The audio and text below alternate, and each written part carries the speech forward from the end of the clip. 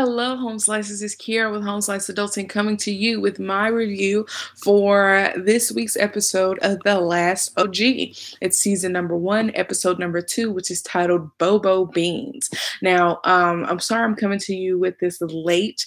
I try to do my best to do my reviews at least 24 hours after an episode of whatever I'm reviewing has actually aired, but it just didn't work out that way this time. So hopefully you all aren't too mad about me being a little bit late with the review, but I actually took notes this time. So let's get started.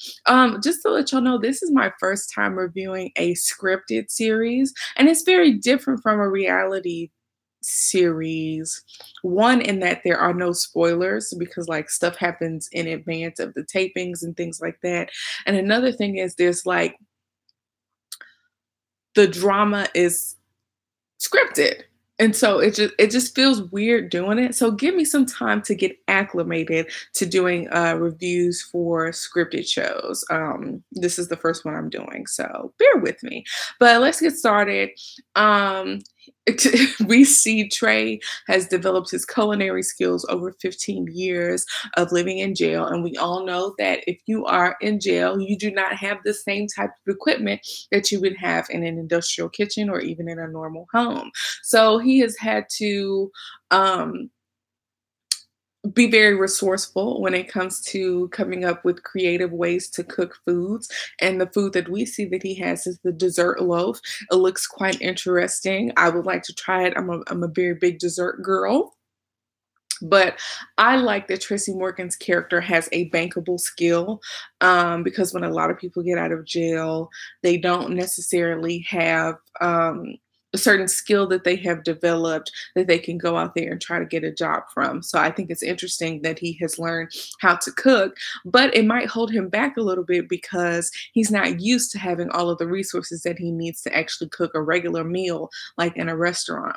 So he still kind of has this jailhouse mentality, and the fact that he has to check a box saying that he was in jail for 15 years and convicted of a felony, um that is really going to hold him back in his job search. And we see that a little bit later.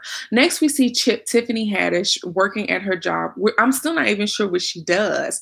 It seems like she's running a nonprofit or something like that, but I can't even really tell. I will say this. I am a big fan of Tiffany Haddish. I have been a big fan of hers for a very long time. I've always liked her. And I said in my last review that it's nice to see her not being typecast as this loud and rambunctious Black girl. But I feel like because her character is more toned down, it's stopping her from being as funny as she could be. Now, there are some people that can be funny and toned down at the same time. Like there are some comedians that have like a low energy level of comedy.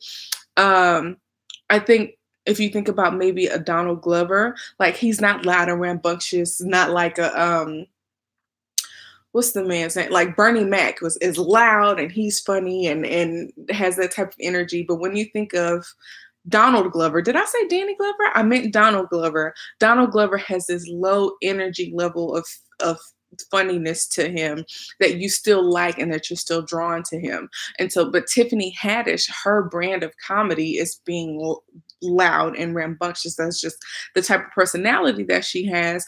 And because her character is toned down, it's taking away from the comedy. And I hope that it's just kind of a awkward situation type of thing, because as far as I know, all of her roles have been comedic and typecast in that type of role.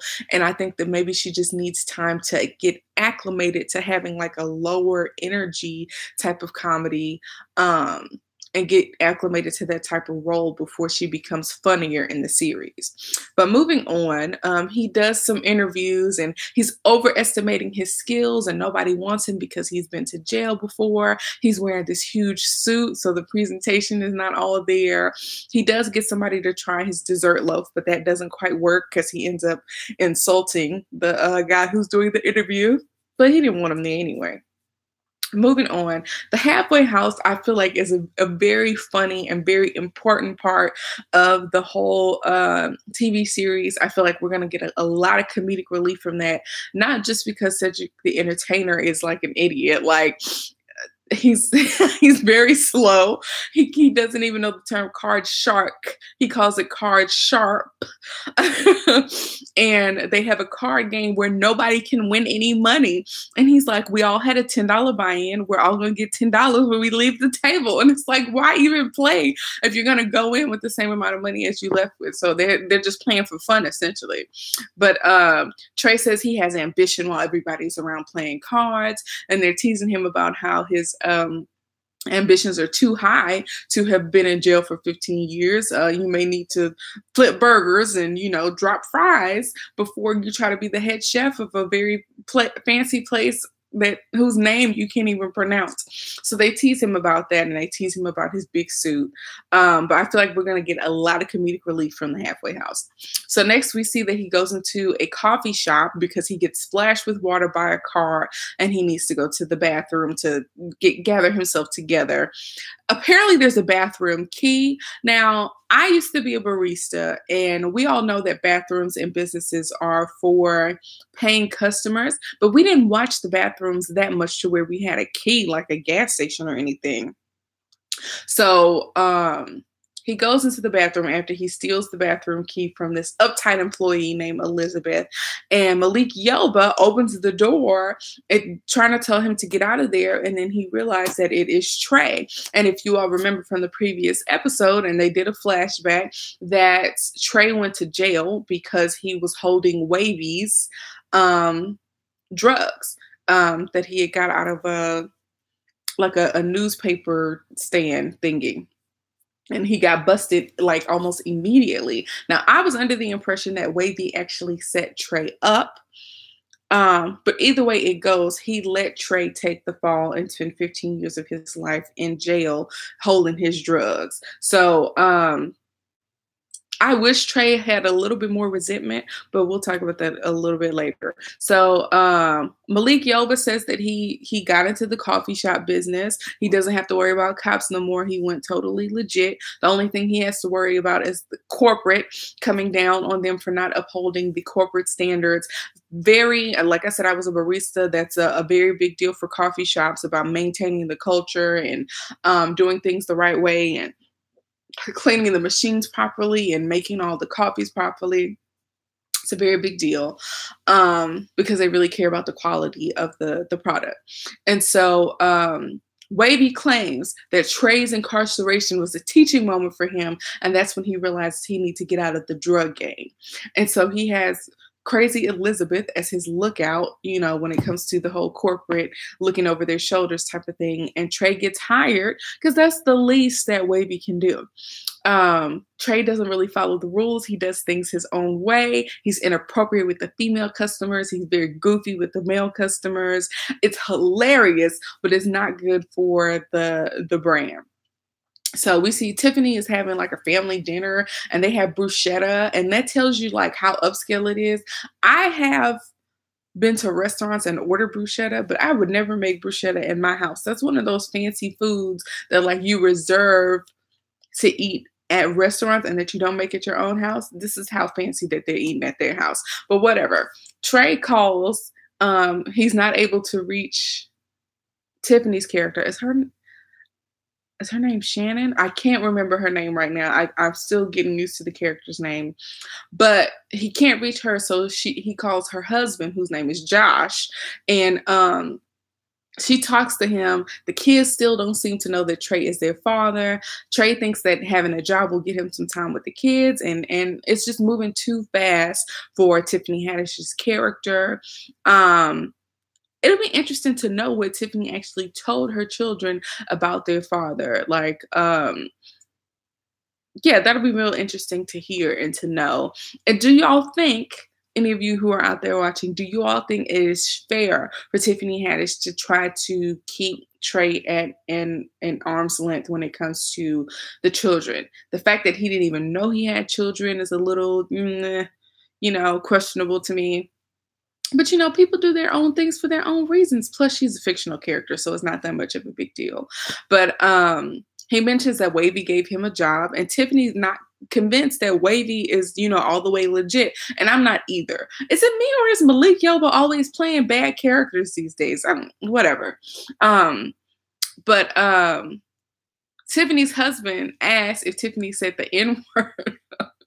And Tiffany said, "Did you just say the N word?" That was funny. That was the funniest part of Tiffany's, scene. Now, next we see Trey is having a talk with his friend Bobby. And Bobby is saying kind of what we were all thinking. Trey was like, "See, this is what happens when you don't snitch. You get out of jail and you have somebody that'll get you a job as a barista."